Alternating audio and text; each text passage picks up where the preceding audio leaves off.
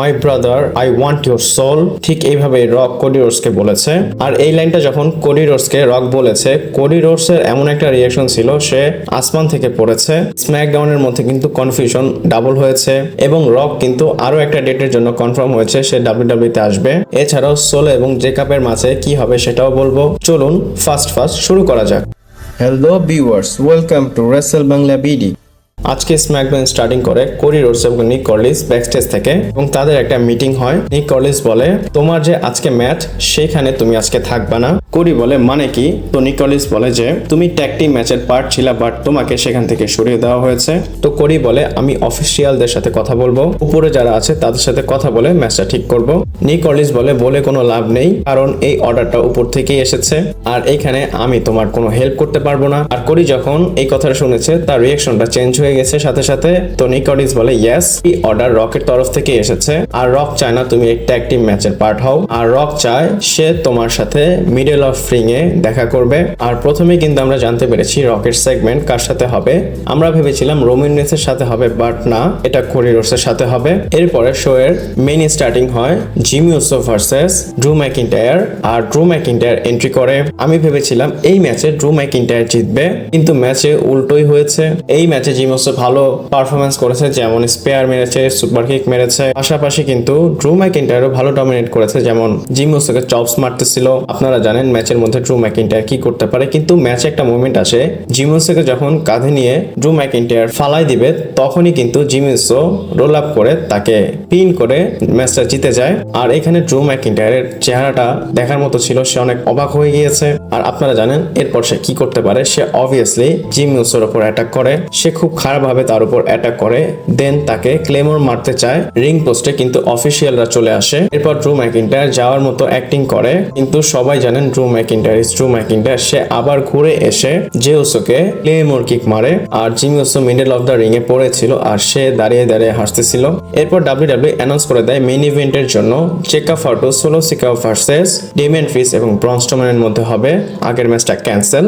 আর এরপরেই solo seeker গাড়ি থেকে আসে এবং ফেস টু ফেস হয় চেকা ফার্টো টামাটঙ্গার সাথে। এবং সোলো সিকা বলে, লাস্ট উইক যেটা হয়েছিল সেটা একটা ভুল ছিল, আমাদের একটা মিস আন্ডারস্ট্যান্ডিং হয়েছে। তো চেকা ফার্টো বলে যে হ্যাঁ আমি জানি এটা মিস আন্ডারস্ট্যান্ডিং ছিল, যদি এটা ভুল না হতো অবভিয়াসলি তুমি এখানে দাঁড়িয়ে থাকতে পারতা না। এরপর সোলো সিকা বলে যে এই জিনিসটাই ভালো লাগে চেকা ফার্টো, তুমি খুব বুদ্ধিমান, আই লাভ ইউ চেকআপ। এরপর ব্যাকস্টেজ থেকে কার্মেলো হেজকে দেখা যায়, সে আর্ট্রুথের সাথে কথা বলে ম্যাচের বিষয়। আর কার্মেলো বলে যে আমি ম্যাচ করতে চাই না, হিজ বলে আমরা টিম, আমরা ম্যাচ করব। সাথে সাথে সে ম্যাচটা কনফার্ম করে দেয়। এরপর আমরা একটা পার্টিকুলার ম্যাচ দেখি, কার্মেলো এবং মিস রিং এর মধ্যে আসে এবং তারা ওয়েট করতেছিল আর্ট্রুথের সাথে কোন পার্টনারটা আসবে। আর সেই পার্টনারটা হচ্ছে এলএ নাইট। আর সে যখন এসেছিল খুব ভালো পপ তাকে দেওয়া হয়েছিল।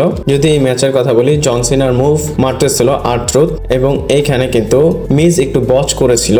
যখন সে এলি নাইটকে রোল আপ করবে তখন সে পড়ে যায়। আর লাস্টে গিয়ে যখন দেখা যায় যে এলি নাইটের টিম জিতবে, তখন পিছন থেকে এসে এলি নাইটের উপর অ্যাটাক করে শিনস্কে নাকামোরা। আর তাকে যে অ্যাটাক করেছে এটা কিন্তু রেফারি দেখেনি। আর এটার অ্যাডভান্টেজ মিস এবং কার্মেলো হেজ নেয়।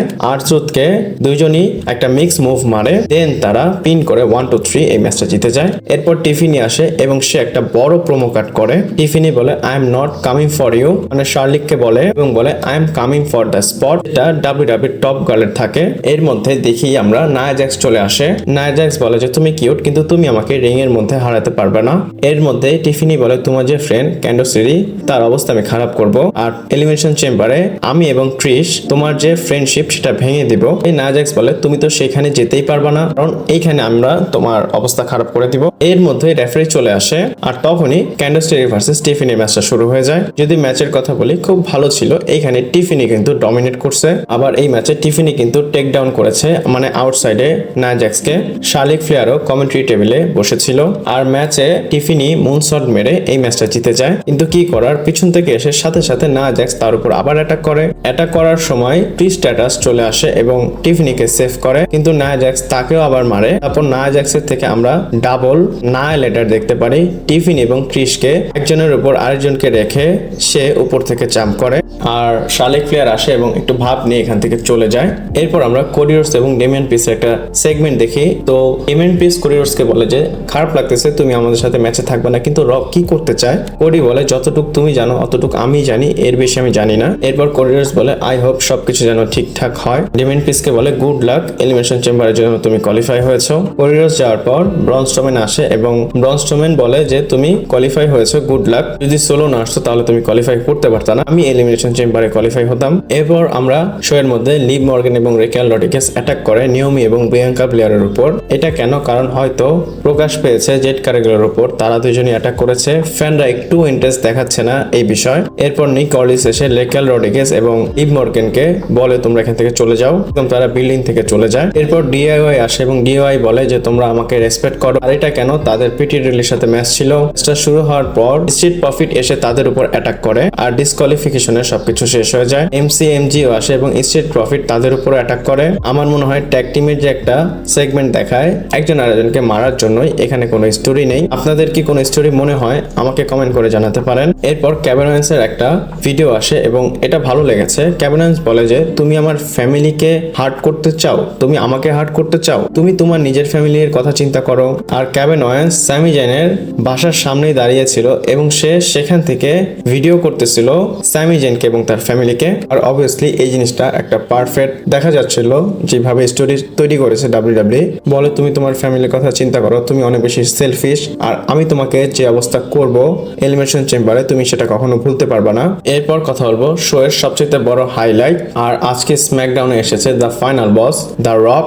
সবার প্রথম সে এন্ট্রি করে এবং তার মিউজিকটা একটু চেঞ্জ হয়েছে, মানে মিক্স বলতে কি সে ট্রিবিউট দিচ্ছিল। তো রক আসে এবং সে খুব ভালো মতোই কথা বলতেছিল, সে ক্রাউডদের সাথে কানেক্ট করতেছিল, ভালো রিয়াকশন ক্রাউডরা দিচ্ছিল। এখানে একটা মানুষের ফোন পড়ে যায়, সে ফোনটা উঠিয়ে দেয় আর দেখে মনে হচ্ছিল রক খুব ভালো একটা মুডে আছে, সে অনেক সময় নিয়ে এন্ট্রেন্স করেছে আপনারা জানেন। তারপর সে মাইকে আসে, বলে আজকে তোমরা জানো গসপাল ড্রপ করবে রক। ক্রাউডদের সে অপমান করতেছে কিন্তু ক্রাউডরা তাকে চ্যান্ট রিয়াকশন দিচ্ছিল। সে জাস্ট ফাইনালি বলেছে আর পুরো অডিয়েন্সরা বলেছে the Rock is come back home. যেই অ্যানাউন্সের কথা বলতেছি আমরা, রক সবার প্রথম সেই অ্যানাউন্সমেন্টটা করে, বলে রেসলম্যানিয়া 42 নিউ অরলিন্স থেকে হবে আর এটা সুপার ডোম থেকে হবে। অবভিয়াসলি ক্রাউডরা পছন্দ করতেছিল কারণ স্ম্যাকডাউনটা কিন্তু নিউ অরলিন্স থেকেই হয়েছে। তারপর আমরা রেসলম্যানিয়া 42 এর লোগোটা দেখতে পারি, রিভিল করেছে ডাব্লিউডাব্লিউই। এর মধ্যে রক গান গাওয়া শুরু করেছিল, ভালোই চলতেছিল, মাঝখান দিয়ে এসে বন্ধ করে দেয়, বলে না না না না তোমরা রকের সাথে গান গাইতে পারবে না। আর আমি বুঝে গিয়েছি যে এইখানে রকের ক্যারেক্টার সুইচ হতে যাচ্ছে।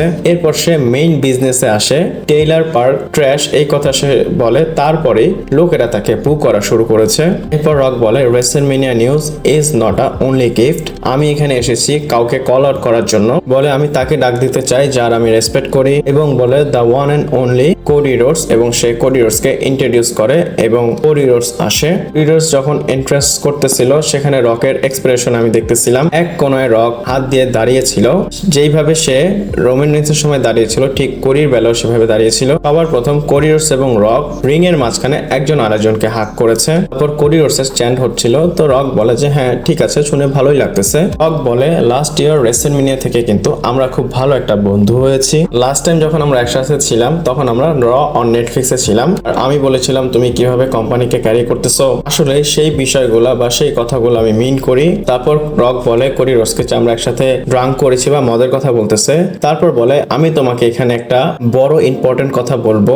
রক বলে সে বোর্ড অফ ডাইরেক্টরের পার্ট, সে টিকিওর মেম্বার, আর টিকিওরতে সে বসে, আর টিকিওর ডাব্লিউডাব্লিউ কে ওন করে। অ্যারি ম্যানুয়াল সে টিকিওর মালিক। তো আমি যখন অ্যারি ম্যানুয়ালকে বলেছি যে তোমার কাছে তো সবকিছু আছে, উল্টো অ্যারি ম্যানুয়াল মানে রককে বলেছে যে না তোমার কাছেই তো সবকিছু আছে, মানে এখানে সে তার পাওয়ারের কথা বোঝাচ্ছিল। অ্যারি ম্যানুয়াল তো সবকিছু ওন করে, সে রককে মানে এটাই সে বোঝাতে চাচ্ছিল। রক বলে আমি পাওয়ারফুল এবং আমি তোমাকে এই লেভেলে দেখতে চাই, আর অবশ্যই তোমাকে গ্রেট চ্যাম্পিয়ন করব আমি। বলে I want you to be my champion. এই কথাটা রক যেহেতু বলেছে তার মানে কি এইখানে রক প্রপোজাল দিচ্ছে কোডি রোডসকে। যখন এই কথাটা কোডি রোডস শুনেছে, আগে থেকে তো কোডি রোডস কনফিউজ, বেশি কনফিউশন দেখা যাচ্ছিল তার ফেসে। কোডি রোডস বলে যে আমি তো লোকেদের চ্যাম্পিয়ন আর আমি এক্সপেক্ট করিনি তোমার সাথে আমার ভালো একটা ফ্রেন্ডশিপ হবে। রক বলে যে আমি অন্য কিছু বলতেছি, আমি এই টাইটেলের থেকে বড় কিছুর বিষয় বলতেছি। রক বলে আমি জানি তুমি এনজয় করো এই লোকেদের সাথে থাকলে, কিন্তু তুমি আমাকে একটা প্রশ্নের উত্তর দাও, তোমার ইনস্টাগ্রামে কত ফলোয়ার আছে? তোমার ভালোই আছে, কিন্তু রকের 500 বিলিয়ন ফলোয়ার আছে, আর এই জিনিসটা রক চায় তোমারও যেন হয়। রক বলে তুমি সেই জিনিসটার এক্সপিরিয়েন্স করো যেটা আমি করেছি, তুমি তো চ্যাম্পিয়ন হয়েছে, কিন্তু তোমার সামনে আরো অনেক স্বপ্ন আছে আমি জানি। আর সেই স্বপ্নগুলো যদি তোমার পুরো করতে হয় তাহলে তোমার আমার সাথে আসতে হবে। আমি লাকি, তুমি লাকি, আমাদের যদি এই লাকটা থাকে তাহলে আমাদের বাচ্চা, তার বাচ্চা এবং আমরা যদি উপরেও চলে যাই, মানে মারা যাওয়ার কথা বলতেছে, তখনও আমাদের যারা আছে সবাই আরামে থাকবে। আবার এই কথার মধ্যে একটা ফ্যান রক কি যেন বলেছিল, রক তাকে একদম গালি দিয়েছে। You shut your mouth, I'll come out there and slap the syphilis right off your face. Rock বলে একটা জিনিস আমি সবচেয়ে বেশি চাই যে আমার একটা ভাই যেন থাকে, আর সেই ভাইটা আমি তোমার মধ্যে দেখি। এত ভালো কথার পর রক বলে যে এর আগে রেসেলম্যানিয়াতে আমি এসেছিলাম আমার কাজিনের সাথে ম্যাচ করব, কিন্তু তুমি কি করেছো, আমাকে চর মেরেছো, যেটা ইজিলি কেউ করতে পারে না। দেখেন একবার ভালো কথা বলতেছে আবার উল্টাপাল্টা কথা বলতেছে, মানে রক তার কথার মধ্যে কোডি রোডসকে আটকাচ্ছিল। এরপর রক বলে আমাদের দুজনের বাবাই ফ্রেন্ড ছিল, আর আমি জানি তোমার এই অ্যান্সারটা দিতে অনেক সময় লাগবে, আমি চাই তুমি টাইম নাও। এবং বলে I will meet you at Elimination Chamber Toronto, মানে টরন্টোতে রক এবং কোডি রোডস দেখা করবে। আমি ভেবেছিলাম এখানে শেষ, কিন্তু রক বেল্টের দিকে ইশারা করে বলে যে আমার এই জিনিসটা চাই। তো কোডি রোডস তো কনফিউজ ছিল, বলে যে কোডি রোডস তুমি ভুল বুঝতেছো, আই ওয়ান্ট ইউর সোল। এটা কিন্তু একটা ডিপ লাইন, আমার তোমার আত্মাটাই চাই। আর এখানে হয়তো এই জিনিসটা বোঝা যাচ্ছে রক কোডি রোডসকে কন্ট্রোল করতে চায়। এরপর সে হাতটা দেয় কোডি রোডসের ফেসে, বলে I will see you at Toronto, এবং সেখান থেকে চলে যায়। র্যামের মধ্যে দাঁড়িয়ে সানগ্লাসটা খুলে কোডি রোডসের দিকে লুক দিয়েছে। এখানে কোডি রোডস একদম অনেক বেশি কনফিউজ ছিল। আর আমি বলবো এমন না যে অনেক কিছু হয়েছে, এলিমিনেশন চেম্বার না হওয়া পর্যন্ত আমরা বুঝতে পারবো না, ফাইনাল হতে পারবো না যে রক কি করতে চায়। আপনাদের কি মনে হয় কমেন্ট করে জানাতে পারেন। এরপর শো এর মেইন ইভেন্ট হয় Damian Priest, Bron Strowman versus Solo Sikoa এবং জেকাব ফাটোর মধ্যে।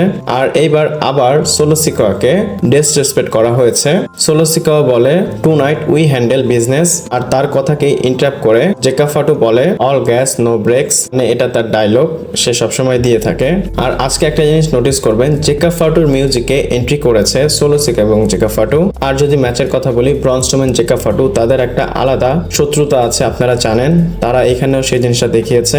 আর বাকি যে মেইন স্পট ছিল এই ম্যাচের, জেকাব ফাটো অ্যাক্সিডেন্টলি সুপার কিক মেরে দিয়েছে সোলো সিকাকে। আর যখন সে সুপার কিক মেরেছে, আপনারা তার ফেসটা যদি দেখেন, সে যে সুপার কিক মেরেছে তার কোনো অনুশোচনা নেই যে আমি কি করলাম, এটা সে নরমালি এই জিনিসটাকে হ্যান্ডেল করেছে।